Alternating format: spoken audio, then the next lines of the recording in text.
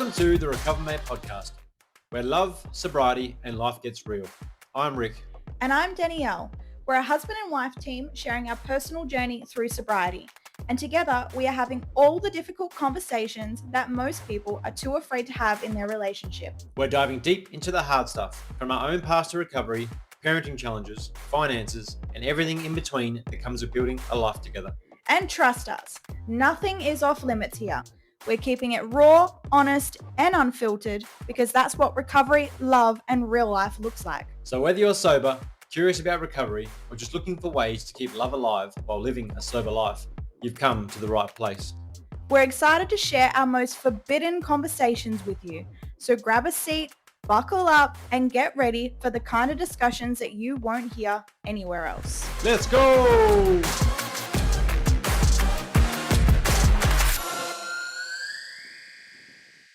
Hey guys, and welcome back to another episode of the RecoverMate podcast.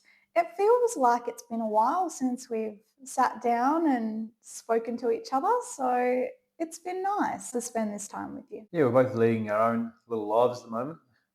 And you've just started your own new job, so you're out of the house a bit more than before as a work from home mum.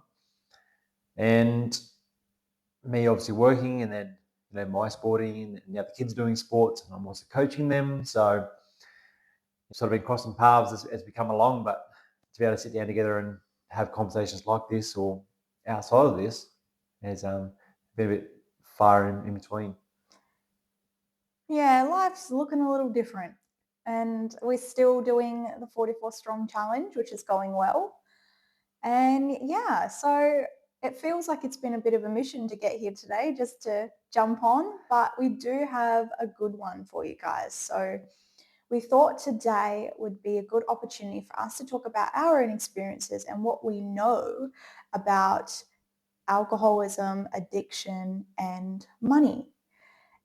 And what I always find is when we bring up money, you either get people who are really, really interested because, who doesn't want more money and who doesn't want to make sure that there's more money left over in the budget? Or you get people who are so frightened and fearful that they might go, you know what, we're going to skip this episode. But either way, it's going to be a good one. And it's a good one because we're going to be talking about our own experiences and our own journey. And for those of you who do follow us on social media, we have spoken very briefly about our time and our experience with addiction, recovery, alcoholism, gambling, as well as what that attributed to for us. So, yeah, where do you think all of this started? So for us, our road has been a hard one. It feels like we've been through a million lifetimes together and we've learnt so much together as well. But if you were to take it back, where do you think it became a slippery slope for us? Yeah, it does feel like we've been through a million lifetimes together, and we have learned a lot of things along the way, usually the hardest way possible. It seems to be the way we go about things. We, for whatever reason, we work best with our backs against the wall. So we're obviously trying to change that in ourselves, and hopefully for others that are listening as well that want to change that too. But where it started for us, it really was just around me and my addictions when it comes to alcohol, and then when it comes to losing jobs, and then job changes, and that way payday changes and pay cycles change and money changes. So it was so much uncertainty when it came to how much money we're going to have each week or each month. So we can never really budget. We can never really plan for where the money would be or how we'd get it. So that created a lot of uncertainty for you. But then obviously uncertainty for me too, because I was still, again, stuck in this addiction of needing alcohol to get through my day or get through my work week, or I'd go, to the pub with the guys. I'd go over a few bets on the horses or a few bets on the dogs, and try and win some of this money back that we evidently don't have at the moment. So that'd be our starting point, is that just that uncertainty that not having a job or not having the same pay every week can create. I always felt like it was a stress. Like it was a constant wake up in the morning feeling stressed about money. Go to work feeling stressed about money. Not sure, again, like you said, if you got a new job or you started a new job, where in that pay cycle, is it monthly, is it fortnightly, is it weekly, what days is it? Then we've got direct debits. And, it does become a very, very tiresome and slippery slope, because it's like, fuck, like we've got all this set up and we're finally on a roll. And the next thing you know, we've got to backtrack and go back. And I think in today's world, we think, okay, we'll put budgets in place. And I remember talking to a lot of people about this. It was one of the things that I spent a lot of time reading about. So when the Barefoot Investor came out, I was the first one to buy one of those copies. I subscribed to the newsletter and joined the Facebook pages. So I was really interested in, okay, how can we really sort out the funds so that there are funds to pay for things? Because I think there's nothing worse, right? And I know you guys could relate to me.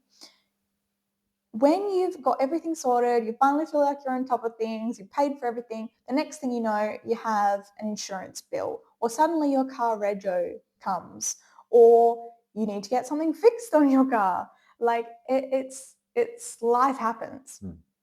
And we were feeling the real pinch of that and the real pressure of that. But something I do recall is to deal with these stresses was to drink. And not just for you, but also for me. So there were weeks where you would get paid. It might be a bigger week than the last week, depending on what hours you'd worked or what your roster was. And in those bigger weeks, I would see you buy a nicer bottle of bourbon or the favorite type of beer that you enjoyed. Or I would buy a nice bottle of wine. And then there would become like the end of the month or one of those smaller weeks, and I would see you buy the cheaper beer, or I'd see me buy a cheaper bottle of wine. And what was ironic about that is just because we were buying the cheaper versions, we were still buying the same quantity. So for me, it was like, it doesn't really matter how much we're spending. We're still spending alcohol to deal with the stressful fact that we don't have the skills to be able to manage our money. And inevitably, we got a lot of advice. And one of the professional advisories at the time had told us, you guys should join a Part 9 arrangement. And we thought this was great because at this time things had blown out. My dad had dropped off the face of the planet and I had absorbed a little bit of his debt. And I was fresh 18. You were in your early 20s. So it was really, really tough. And we just did not have the skills to manage money. And because we were so stressed about it, we were drinking more than ever. And I think that we can find excuses like you were saying, going down to the pub, betting on horses, just trying to chase that big win to find that bit of relief so that things were paid and you didn't feel this pressure of waking up in the morning and needing to pay for everything. And when you have young kids, or kids in general, because as time goes on, they're not getting any less expensive. The kids are so expensive. So you're spending so much money all the time on what they need and what things they want to do and sports stuff and new clothes and school stuff. And, so it just slowly over time adds up. And not to imagine the fact that they're growing babies. So if you think your food bill goes down, it definitely does not. So all of these pressures, right? And I know for us, we found ourselves in a place where you were working full time and I was at home with the kids because it wasn't actually financially viable at the time for me to go to work because the childcare fees were so large. And I know that's changed a little bit now, but back then we were actually spending, I think, close to $40,000 a year in childcare fees, which was absolutely insane. It was almost at the point where I'm like, why am I working at all? And for us, we found ourselves in a form of bankruptcy. Did we know that at the time? No. What we basically offered was, instead of becoming bankrupt, it was go on this Part 9 agreement, which to them wasn't bankruptcy, or was better than bankruptcy, but in terms it was probably worse. The offer was basically that the interest would stop on all these places that were calling us that were overcharged on. It'd all go into one lump sum, and then we'd evidently just pay that back. Once that's paid back, it's all cleared, everyone's happy, and we move on from there. Little did we know that we'd still be required to pay everything back. We still have a 7-year notice on our credit file saying that we can't get any loans or we can't even take out a mobile phone plan. And little did we know that this would still cause a lot of havoc for us in terms of still having to pay a certain amount every week or every month to try and cover this as well. Now, if we knew this at the start, it would have been a different story, because obviously if you go into bankruptcy, you still have that 7 years off your credit file where you can't take loans out. So we still paid this exorbitant amount of money back to cover this up and still had the 7 years off. So we just got shafted either way. It did create a lot of havoc for us. And I know at the time when we looked into it was about 7 years, but I think roughly it's about 5 now. So it ended up being 5 in the end. But how it works out is it's either 7 years or a certain amount of time after you pay the last thing. So if you've got 20,000 to pay off and you pay that out in the first year, then it's like a certain amount of time after you pay it off that they'll actually clear it. But for us, we had a lot longer than that, a lot more to try and clear. And then we obviously moved cities and we had 2 young kids and everything came with that. So that made it a little bit harder to try and pay that money back at a faster rate. Mm-hmm. And then that ended up pushing it out to about 5 or 6 years by the time we actually finally got it off our credit file. Yeah. And I think that's, a big wake-up call for other people, right? Like, we didn't have the skills and we also didn't have the knowledge. And there was a lot of shame and a lot of guilt for us, because if we really were to go and tell people about it, we knew that people's response, particularly our loved ones in our lives, were going to say, well, you need to stop fucking drinking. And the reality of the situation is that wasn't even on the radar. No. So it's so funny. And also I find just so interesting that had we at that time really looked at everything, and instead of just lopping in alcohol as a part of our grocery bill, we really could have saved quite a lot of money and could have paid things off a lot sooner. In fact, we probably would have had the money to pay off what we needed to pay at that time. And yes, you go through stages of avoiding it. Yes, you go through all of the feels of wanting to pretend it doesn't exist. And I suppose for us, it was like, oh, eventually it'll go away. But it didn't. The longer that we left it, the worse it got. And sure, over those years, particularly when you can't borrow money for 5 years, so half a decade, even like Ricky was saying, can't go down to Telstra and even take a phone bill out in your name. You learn the skills to be able to understand money. And for us, we did. It was sink or swim. It was like, okay, what are we so fearful about when it comes to money? And one of the biggest things was shining a light on how much money we were wasting at the pub, out for dinners, at the bottle-o, out with friends. And yeah, sure, we were in our 20s and you can trump it up to that and having a good time, but it was excessive. And it was just so a part of our normalcy that we made it okay. But the truth is, and what we've learned over time, it was actually just what we were using to deal with the fact that we were sinking. So inevitably we decided, okay, it's time to look at some stuff. I started working in real estate, and as a woman, we're wired for safety and security. And for me, it was like, wow, okay, COVID's happening. We've still got no place to live. Like, I really wanted a home. I wanted a room that the kids could be in and decorate however they want and feel like they have a place to come home to. You wanted to be able to do projects around the house and make everything how you want to make things, of course, with my tick of approval. Always. But yeah, so it was time. And we realized that because of this arrangement, it wasn't possible. And some days, we just felt defeated time and time again. Interestingly enough, income wasn't the problem. You had the income coming in, I had the income coming in. It was good money that we were on at the time. Definitely enough for us to be able to purchase a house.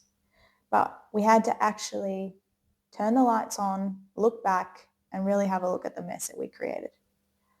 And that is the hardest shit in the world to do, truthfully.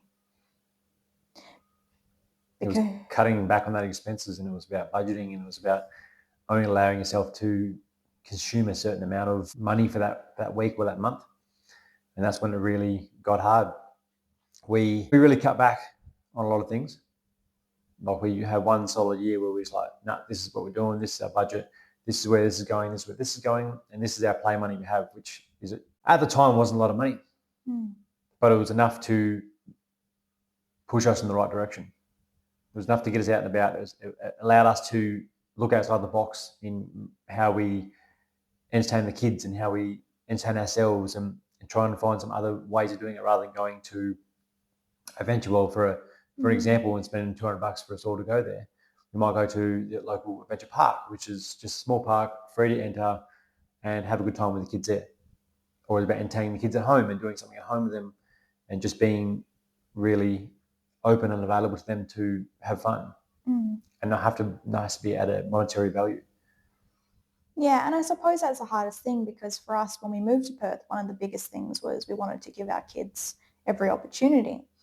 And the money was there, and it would be a weekend, we'd take them out to a mini golf, or like you were saying, to the adventure world. And we actually loved that we had the money to do that. But in hindsight, we weren't really saving any money.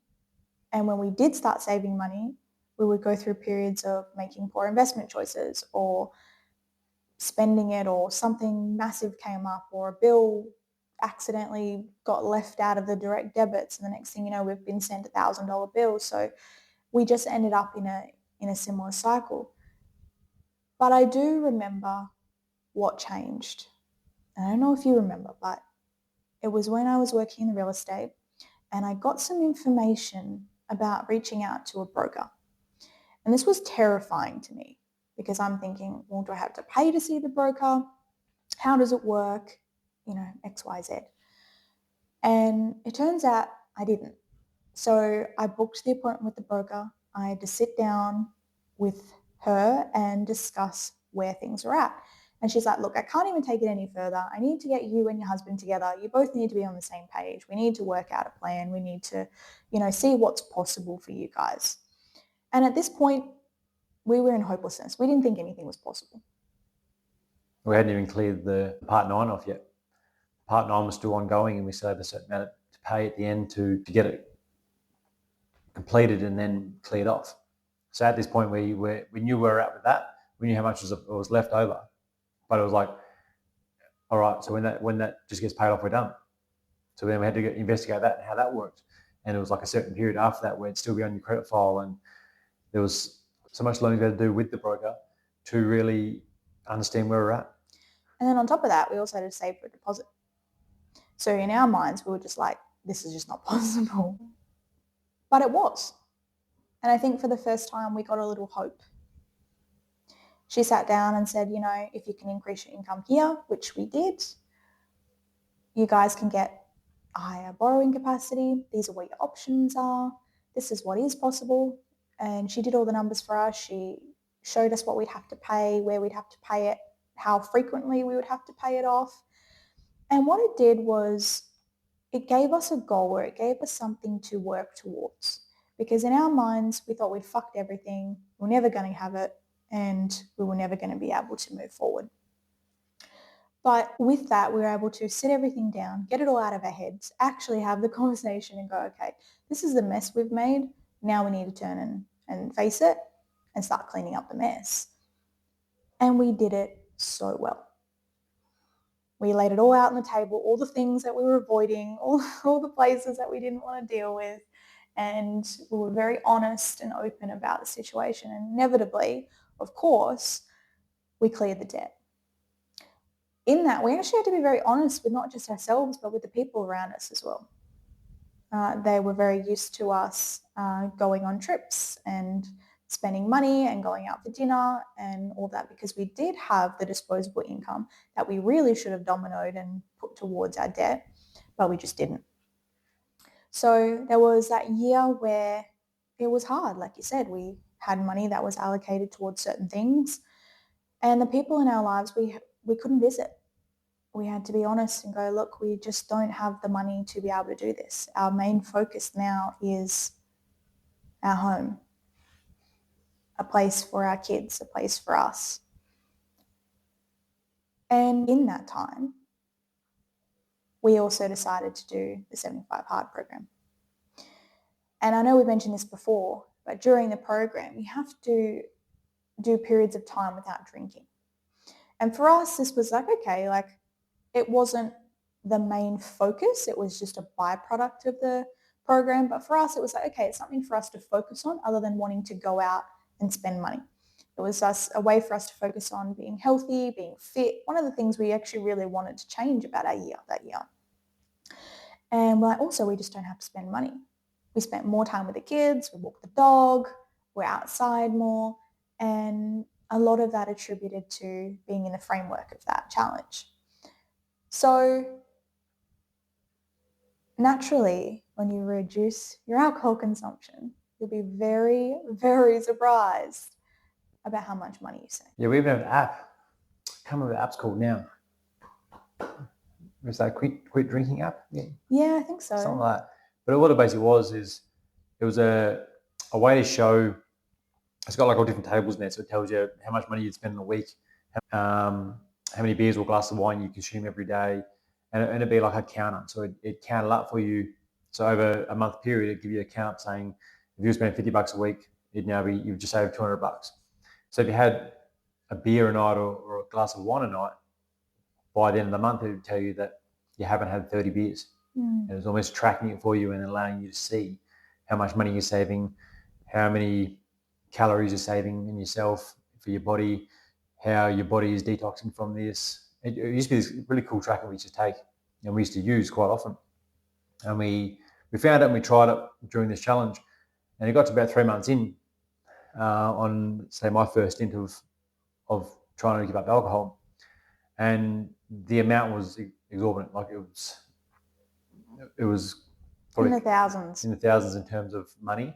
And then it was also in the hundreds when it comes into alcohol consumption or beers that I had a night, and how many calories it saved you, and all these different statistics it gives you was such as an eye-opening scenario to sort of have when that wasn't the end goal, that wasn't the reason you're doing it, but then just to see that as well was such an extra pick-me-up on going, this is the right way to go. I remember when we sat down at the end of the year and we looked at our card statements the year before and we compared it to the year that we were actually doing the challenge and saving money for our house. And we did the comparison and we'd saved over $11,000 by not drinking in that year. And that wasn't even the whole year, because there was moments where you were still drinking, but you would just cut down. There was moments that I had done the Live Hard year, so I spent 5.5 months of that year sober. But then after the September, that was the year I decided to not drink. So I spent about 9 months of the year sober. But oh my gosh, it's a very small amount. But for us, it attributed to massive amounts. And it led us to be able to save about $2,500 a month, as well as pay off the debt that we needed to be able to pay. Now we're talking about 2021, so we're talking about a few years ago. I know obviously with the cost of living now and things like that, I don't know if that's necessarily possible, but that was just at the time for us with the figures. It was very mind-blowing. So it is possible. And we were feeling better. We were more connected. We're having deeper conversations. We're on the same page about where we were moving. We had this big goal that we were fixated on that we knew we were going to hit. And at that point, we had no idea that we were going to build a house. In our minds, that was off the cards because COVID time was just madness, and trying to build during that time, we just didn't even think about it. Yeah, you're looking at like 3-year build times. Well, like we haven't got 3 years left, especially in this rental or renting for another 3 years. Like we're at this point now where we've saved the money, we've knocked back the debt, done all this stuff like we want a house today. And a 3-year build time was just not going to cut it. Yeah, exactly. But then also we looked at established housings and they were blown out of our budget. So we were kind of caught in between a rock and a hard place. And how do we go about it? So we ended up going to a builder, and we personally asked a few different builders about what they did with the homes, how they did it, build times, and got a real good feel for them in terms of Their packages if they were right for us. We ended up going with our builder we ended up picking, and for them, they ended up building a house in 9 months, which was extraordinary compared to what other builders were doing at that time. Yeah. How that came about was we actually ended up going to Kalgoorlie to see a family member. I think it was their birthday party. We bumped into our broker. So our broker lives in Perth. She lives at the time about 10 minutes from us in Perth. But we were all the way in Kalgoorlie and she happened to be at the same place. So we bumped into her and she goes, guys, have you thought about building? And we're like, no, like it's going to take 3 years. Who would want to build in this climate? You know, all of that stuff. So, and then we had obviously this 6.5 hour drive home. And as I was driving home, I was thinking, oh, maybe we could look into it. Like we'll obviously get the grant and there was a lot of good incentives at the time to build, but we knew it was going to be expensive. So we're like, maybe do we just wait for the right pre-established home to come up? Maybe we do some renovations.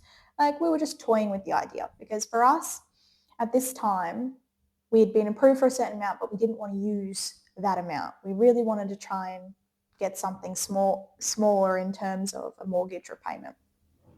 Because we actually, want to live our life. We didn't want to be tied to a mortgage. So we were okay with having something that wasn't at the top end of what we could borrow. And I said, well, we'll build if we can do it for a decent price.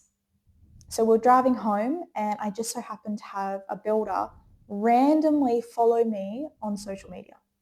It was on Instagram and I had not looked at any builders at that time. It was just a conversation in the car, search engines doing their thing, microphones listening to us, whatever it is. But this small private builder ended up following me on social media. So naturally I looked at their page and I was like, oh, they're a builder and they've got some pretty cool stuff. So maybe I'll reach out to them when we get home.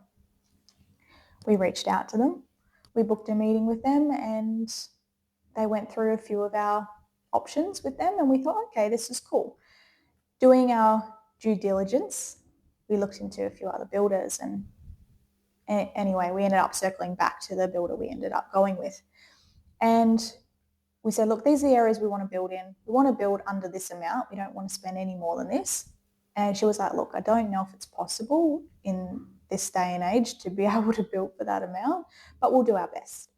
So we went and had a look around at a few blocks of land. We blocked the day off and we found ourselves on a block that we didn't necessarily want at the time because it wasn't enough square meterage in our minds.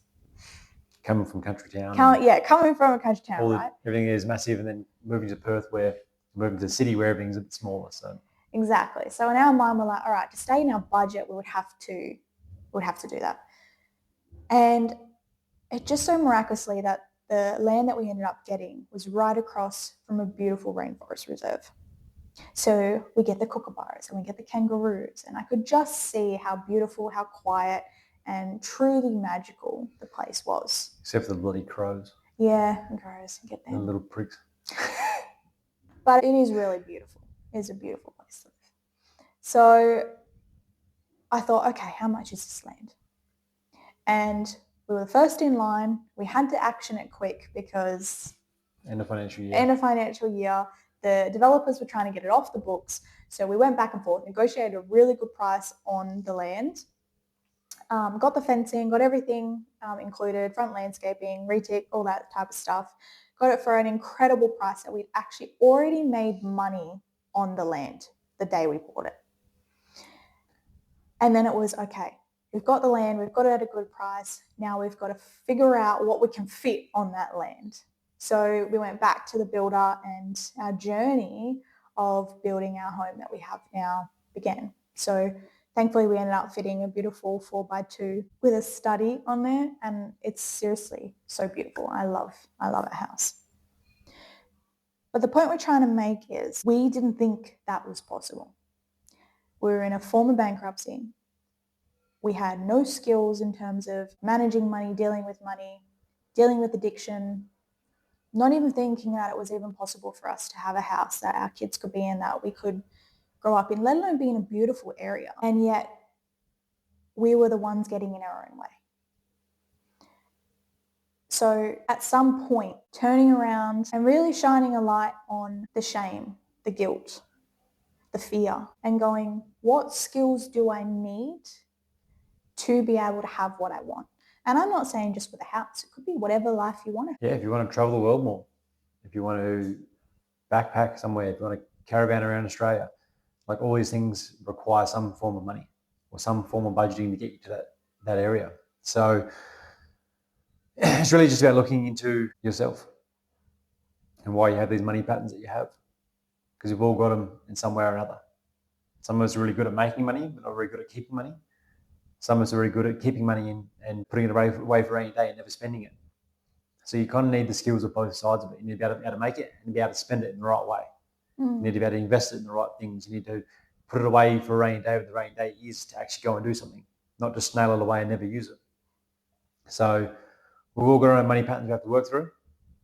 And once you really dig deep and look into it properly and really focus in on what is stopping you or causing harm to you right now, is when you can start pushing in the right direction and have that life you want to live.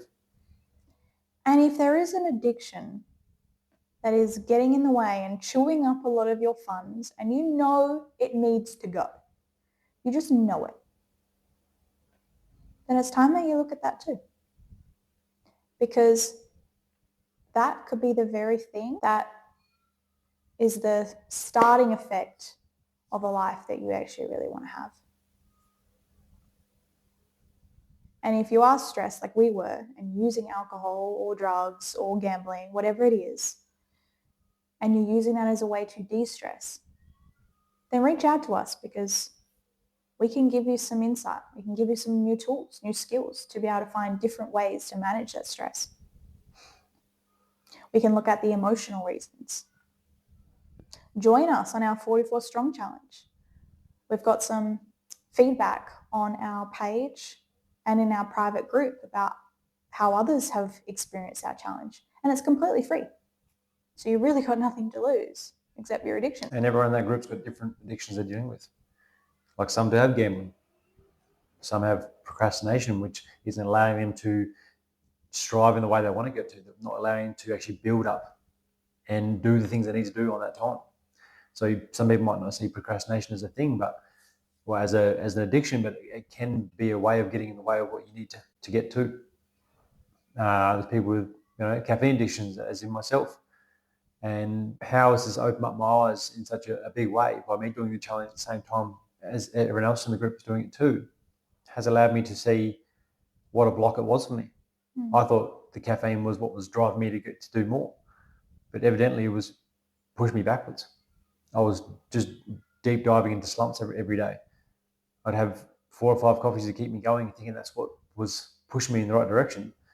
But now I'm 32 days off having coffee. I've got more energy now than I've ever had on caffeine. I've got this nice flow of energy. So the whole point of the 44-day challenge is to really look into what's holding you back. And each day you'll have a deep dive into something different, and you'll learn something new about yourself, and you'll really pick up why you're doing what you're doing. And evidently with that can then help you with your money situation. That can help you with your addictions. That can help you with just life in general. So join us. We'd love to see you there. And lastly, we understand. We get it. Particularly now. We're also living in the same climate with the cost of living, house prices going through the roof. We get it. But it is possible. We didn't think it was possible for us. And once you do the same amount of work or do deeper amount of work on yourself, and you really look at, okay, what is holding me back? What fears do I have? What's getting in the way? Magic does start to happen. It's not all luck. And in our experience, we've been on the receiving end of that, and it's been really beautiful. But we also had to do the work. So we hope that you guys enjoyed this episode, a little insight into our lives and our journey with our addiction and finances. And we hope that you got something from it. And like we said, if you are wanting to look at something or you want a deep dive or you want to know a little bit more about yourself, then like Ricky said, join us. We'd love to have you. Thanks, guys. Much love.